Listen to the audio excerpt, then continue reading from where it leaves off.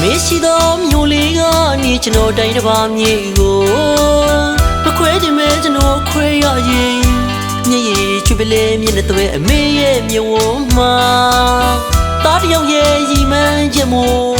အမေဟာမတားရဲ့အမေပြုံးပြရင်ငိုရဲ့မျက်ရည်တားရခဲ့မမေဘူးအမေရဲ့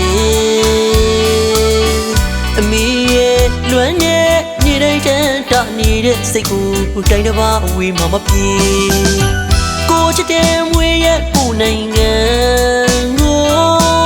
မပြန်ဖြစ်တာငါနှစ်လောက်ကြာပြီအမေရဲ့မျက်နှာလာမင်းကြီးလည်းမမတာစေပါကဘာမချောင်းမဝေးဘူးပြန်လာမေရေမြေနေကွာဝေးလူနေတော့လေ